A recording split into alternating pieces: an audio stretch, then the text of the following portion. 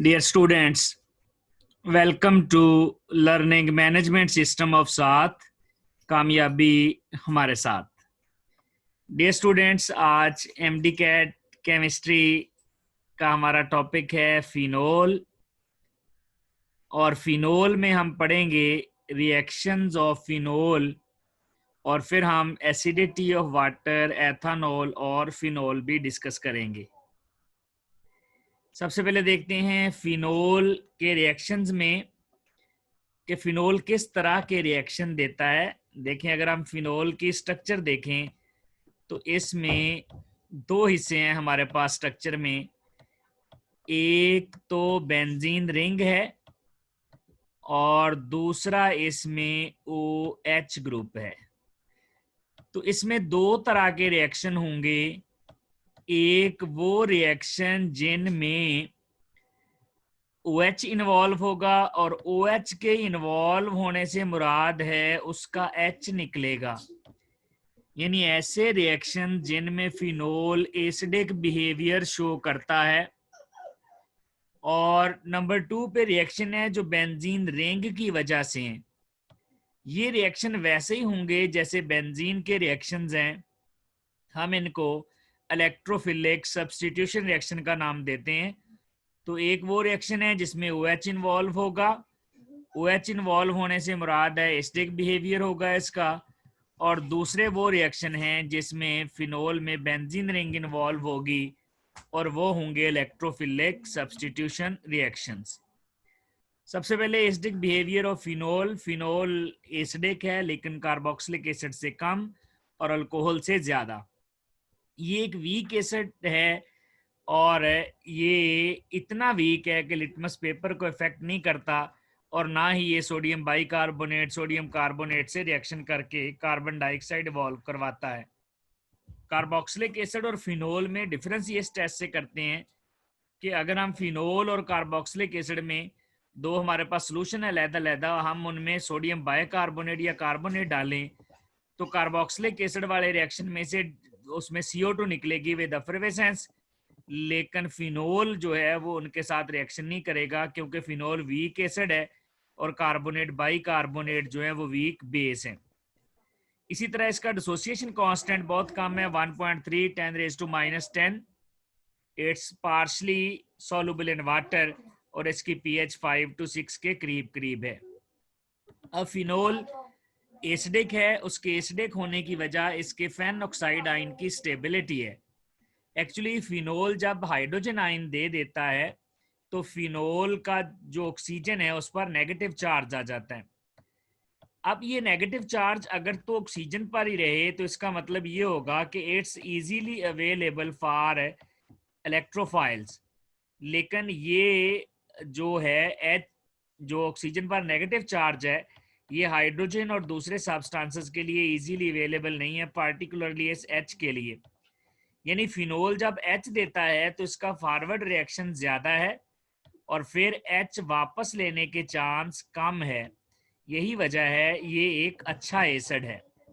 अब H वापस लेने के चांस क्यों कम है? क्योंकि ये जो नेगेटिव चार्ज है ये पूरी रिंग पर डीलोकलाइज हो जाता है, यानी इसमें रेजोनेंस आ जाती है। उस डीलोकलाइजेशन की वजह से इसमें स्टेबिलिटी आ जाती है, क्योंकि नेगेटिव चार्ज की डेंसिटी कम होगी, डेंसिटी कम होगी तो इसकी अवेलेबिलिटी कम होगी, अवेलेबिलिटी कम होगी तो फिर स्टेबिलिटी ज़्यादा होगी। जैसा कि देखें फिनोल इसने H दे दिया तो उस पर नेगेटिव चार्ज आ गया। ये नेगेटिव चार्ज पूरी रिंग में देखें, पहले इस आर्थो पोजीशन पे, फिर पैरा पोजीशन पे, फिर ऑर्थो पोजीशन पे चले गया और लास्ट में जाके ये फिर ऑक्सीजन पर आ जाएगा। इसको हम इस तरह से ड्रा करेंगे, यहाँ पर हमारे पास पाई बॉन्ड बन जाएगा और ये हमारे पास यहाँ ऑक्सीजन पर नेगेटिव चार्ज होगा। फाइनल स्ट्रक्चर ये वाली होगी। अब देखिए इसकी 5 रेजोनेंस कंट्रीब्यूटिंग स्ट्रक्चर्स बन गई हैं। ग्रेटर दी रेजोनेंस स्ट्रक्चर्स ग्रेटर दी स्टेबिलिटी। इसका मतलब है ये हाइड्रोजन आयन देने के बाद भी काफी स्टेबल है due to the delocalisation of the negative charge. That's why phenol is acidic. यहाँ से एक और बात भी क्लियर हो गई कि फिनोल जो है वो आने वाले ग्रुप को ऑर्थो और पैरा पे भेजेगा इलेक्ट्रोफाइल को, क्योंकि फिनोल जो है उसमें नेगेटिव चार्ज ऑर्थो और पैरा पोजीशंस पर है। यही वजह है आने वाला जो इलेक्ट्रोफाइल होगा वो ऑर्थो और पैरा पोजीशन पर जाएगा। तो यहाँ से हमें ये भी क्लियर हो गया कि फिनोल पर जो ग्रुप लगा हुआ है that is ortho para directing.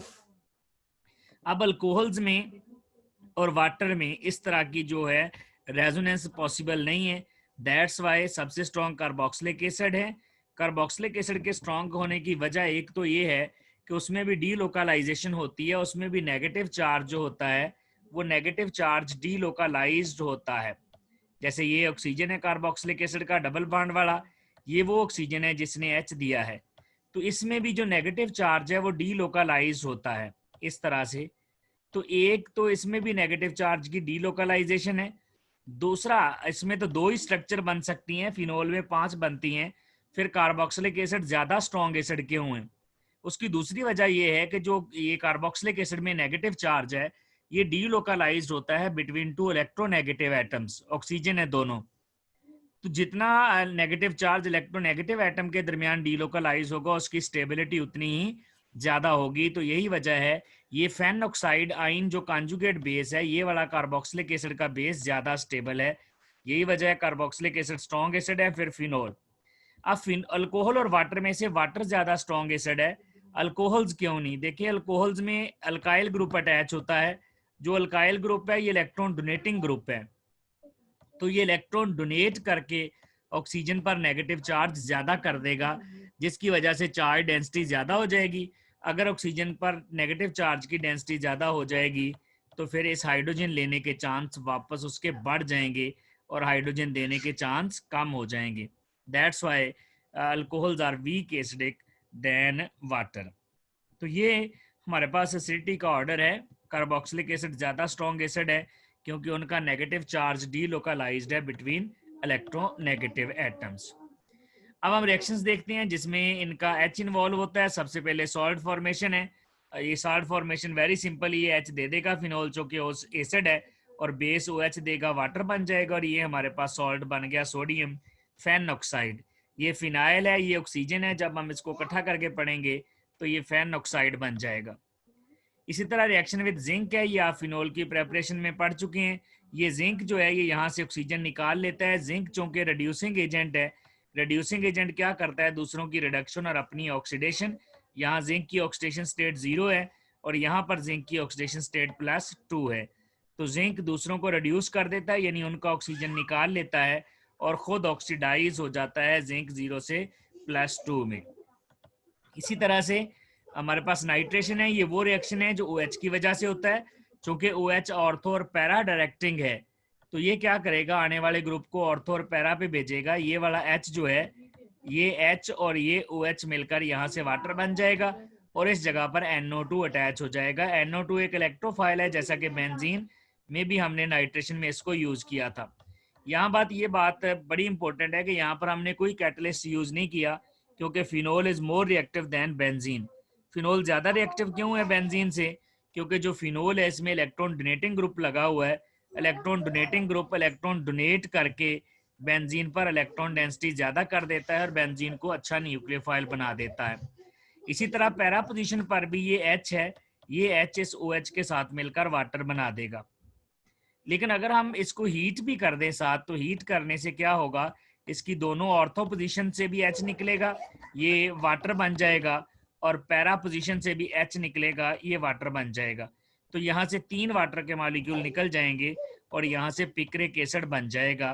Picric acid काफ़ी अच्छा एसिड है, स्ट्रॉन्ग एसिड है, फिनोल से भी ज़्यादा स्ट्रॉन्ग, क्योंकि उसके साथ 3 इलेक्ट्रॉन विद ड्राइंग ग्रुप लग गए। इलेक्ट्रॉन विद ड्राइंग ग्रुप क्या करेंगे? जब ये यहाँ से H देगा तो इस पर आएगा नेगेटिव चार्ज, इस नेगेटिव चार्ज को और ज्यादा स्टेबल कर देंगे। क्यों? Electron with drawing group electron और ज्यादा अपनी तरफ खींचेंगे।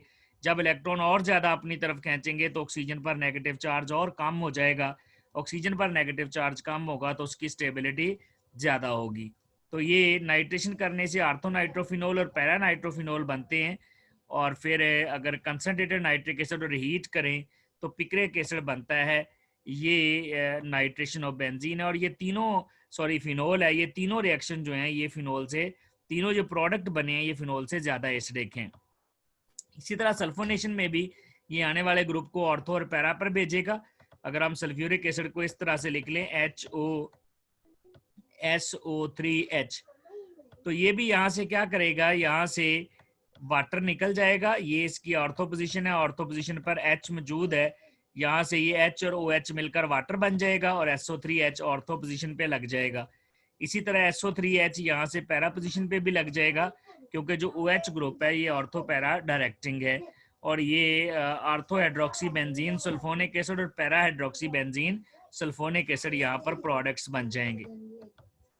नेक्स्ट बड़ा इंपॉर्टेंट रिएक्शन है, ये रिएक्शन बेंजीन को, इसको फिनोल को बेंजीन से डिफरेंशिएट करने के लिए यूज करते हैं।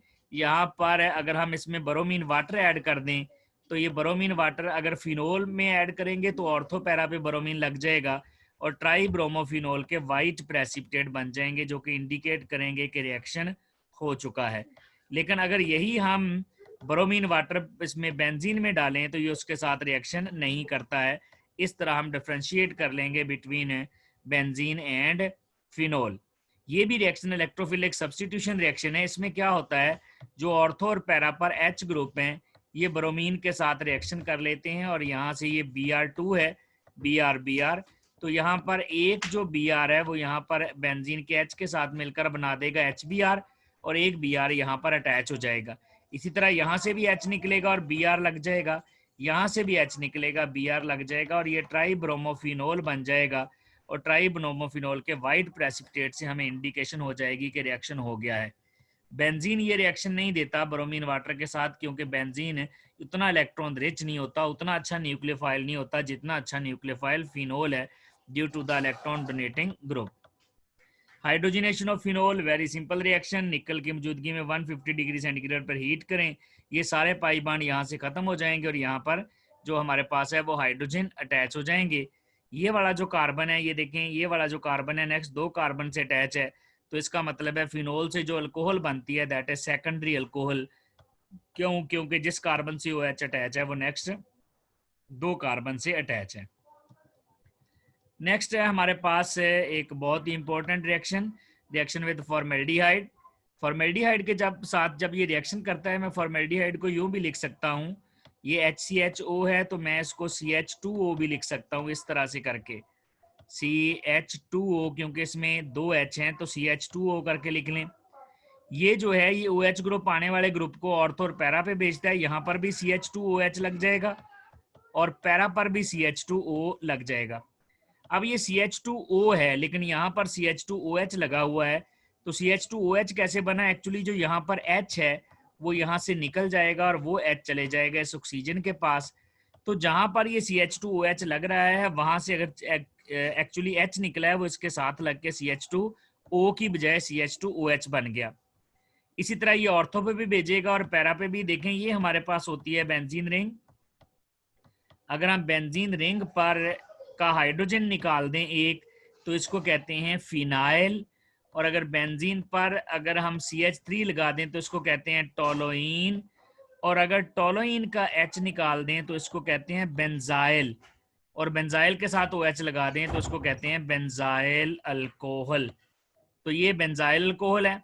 अगर यहाँ पर OH लग जाए तो हम कहेंगे ऑर्थो हाइड्रोक्सी बेंजाइल अल्कोहल, जैसा कि ये बना हुआ है, और दूसरा पैरा हाइड्रोक्सी बेंजाइल अल्कोहल।